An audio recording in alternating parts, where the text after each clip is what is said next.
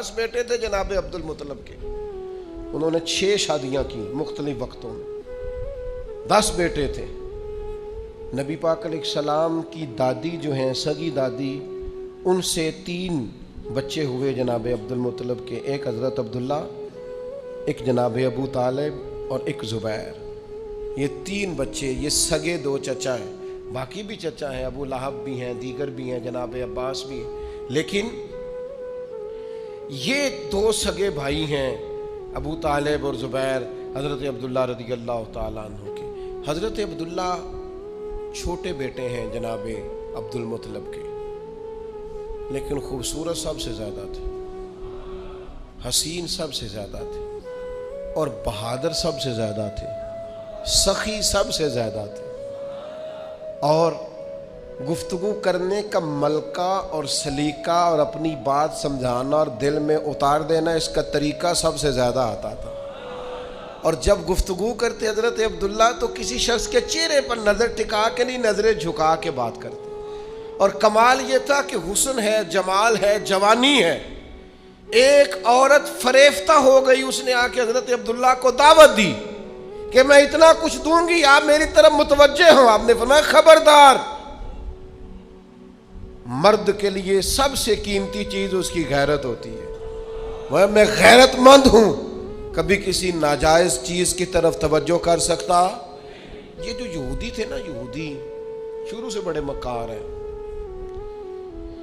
انہوں نے تورات کے اندر وہ نشانیاں پڑھ لی تھی نبی پاک علیہ السلام، یہ جانتے تھے جناب عبداللہ کو کہ حضور کا نور یہاں منتقل ہو گیا۔ ان کے جو کاہن تھے نا، کاہن، یہ جانتے تھے۔ حضرت عبد المطلب رضی اللہ تعالیٰ عنہ نے ایک دفعہ منت مانگی تھی کہ اگر میرا فلاں کام ہو جائے تو میں اپنے ایک بیٹے کی قربانی کروں گا۔ وہ معاملہ حل ہو گیا، آپ زمزم کے کنویں کا حل ہو گیا، بیٹا ذبح کرنا ہے، قرآن اندازی کی تو قرہ نکل آیا جناب عبداللہ کے نام کا۔ اب جب بیٹا ذبح کرنے لگے تو ساری دنیا اکٹھی ہو گئی، سب سے خوبصورت بچہ۔ اب کیا کریں؟ انہوں نے کہا جو تورات جاننے والا کوئی ہو اس کے پاس جائیں۔ ایک بی بی تھی، بڑی ماہر تھی تورات جاننے، اس سے جا کے مشورہ کیا تو وہ کہنے لگی اس کا طریقہ ہے نا، آپ ایک طرف جناب عبداللہ کو کھڑا کریں، ایک طرف ایک اونٹ کھڑا کریں، قرہ اندازی کریں۔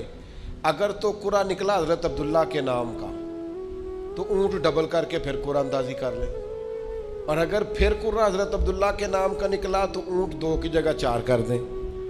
جب تک قرہ اونٹ کے نام کا نہیں نہ نکلتا، اونٹ بڑھاتے جائیں، ڈبل کرتے جائیں، 2 کے 4 کیے، 4 کے 8 کیے، اونٹ تقریباً 100 ہو گیا۔ 100 اونٹ جب ہوا نا تو پھر جا کے قرہ نکلا، یعنی 1 2 2 کر کے اونٹ، یعنی 1 کر کے سمجھ لیں اونٹ بڑھائے جا رہے تھے۔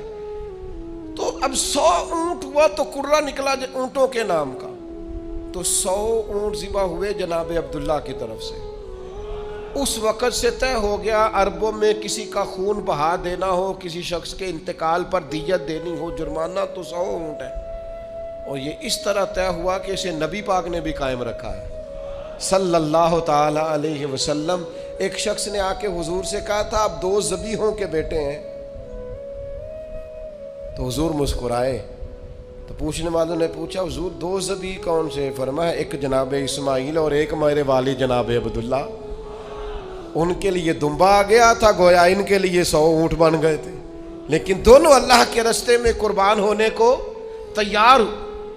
وہ چونکہ جانتے تھے یہودی، یہ ساری باتیں مشہور ہو گئی، ان کا حسن بھی، جمال بھی، خوبصورتی بھی، اور پھر 100 اونٹ ان کی طرف سے ذبح ہوئے، یہ ساری باتیں بھی جب معروف ہو گئیں، تب یہودی جو تھے وہ چاہتے نہیں تھے معاذ اللہ ثم معاذ اللہ کہ نبوت ادھر جائے۔ وہ تو اتنا جانتے تھے حضور کو کہ قرآن کہتا ہے یعرفونہ کما یعرفون ابناءہم، وہ تو محبوب آپ کو اس طرح جانتے ہیں جس طرح بندہ اپنے بیٹوں کو جانتا ہے۔ یعنی 2 بچے جڑواں ہوں تو کوئی اور پہچانے نہ پہچانے، ماں باپ پہچان لیتے ہیں، یہ تو اس طرح جانتے ہیں جس طرح اپنے بیٹوں کو جانتے ہیں۔ تو ایک دن وہ اکٹھے ہو کے جناب عبداللہ کو شہید کرنے کی غرض سے آئے۔ ایک جنگل میں آپ تشریف فرما تھے، واپس آ رہے تھے تو وہ شہید کرنے آ گیا یہودی، قربان جائیں۔ اللہ تعالیٰ نے ایک نورانی مخلوق بھیجی آسمان سے، جنہوں نے انہیں مار بھگایا. جب وہ مار کے بھگا رہے تھے نا تو نبی پاک کے نانا جان حضرت آمنہ رضی اللہ تعالیٰ عنہ کے والد یہ منظر دیکھ رہے تھے. ان کی بیٹی بھی اس دور کی بیٹیوں میں سب سے زیادہ حسین، سب سے زیادہ پاک باز، اخلاق میں سب سے زیادہ اعلیٰ، اپنا مزاج حضرت ابراہیم علیہ السلام کی شریعت پر ہے، چونکہ نبی پاک کے والدین ملت ابراہیم پر ہے، اس طریقے پر عبادت، ریاضت، بت پرستی سے، شرک سے، کفر سے پاک. وہ بھی بڑی پاکیزہ تھی اور بڑی دنیا چاہتی تھی رشتہ ہو جائے. تو یہ منظر دیکھ کر حضرت آمنہ کے والد کہنے لگے لو بھائی مجھے تو رشتہ مل گیا ہے. انہوں نے جا کے کسی طریقے حضرت عبد المطلب کو پیغام بھیجا. جناب عبد المطلب بھی جانتے تھے کہ بڑی شانوں والی بیٹی ہے. اللہ نے موقع بنایا، یہ نکاح ہو گیا، اور پھر امی بن کر امانت آمنہ کی گود میں آئی. یہ حسین نونہال نبی کریم علیہ السلام جناب آمنہ کی گود میں آئے، اور کسی پکارنے والے نے کہا ہو درود تجھ پہ بھی آمنہ، ہو درود تجھ پہ بھی. میں ضد نہیں کیا کرتا پر میرا دل کرتا ہے ہم سارے حضور کی والدہ پر درود کہیں. میرا دل کرتا ہے، میری خواہش ہے. بولیے ذرا ہو درود تجھ پہ بھی، ہو درود تجھ پہ بھی، تیرے لال پر بھی سلام ہو. تیری گود کتنی حسین ہے، ملا جس کو ماہ تمام ہے. ہو درود تجھ پہ بھی آمنہ، تیرے لال پر بھی سلام ہو. قربان جائیں حضرت آمنہ کی گود میں. اور ابھی نبی پاک والدہ کے شکم نور میں ہی تھے کہ جناب عبداللہ تجارت کرنے کے لیے گئے. آپ کے والد، بعد نے لکھا ہے آپ کے ننہال تھے، بعد نے لکھا ہے آپ کے والد کے جناب عبد المطلب کے ننہال تھے مدینے میں. وہاں واپسی پہ جناب عبداللہ کا وصال ہو گیا، بخار ہوا، انتقال ہو گیا. اور پھر 6 سال عمر تھی یا 4 سال عمر تھی، با اختلاف روایات جناب آمنہ حضور کو لے کر گئیں قبر پر جناب عبداللہ کی، اور واپسی پر مقام ابوا پر ان کا بھی وصال ہو گیا. اور جناب ام ایمن کہتی ہیں جناب آمنہ کا جب وصال ہو رہا تھا تو مجھے بیٹا تھما کے، پیارے محمد صلی اللہ علیہ وسلم کا بازو مجھے تھما کے کہہ رہی تھی میرے بیٹے کا خیال رکھنا.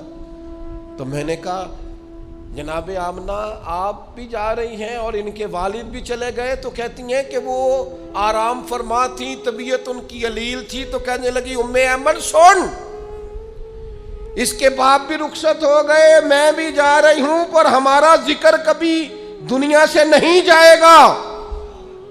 ہمارا ذکر تا صبح قیامت بعد قیامت بھی ہمیشہ ہوتا رہے گا.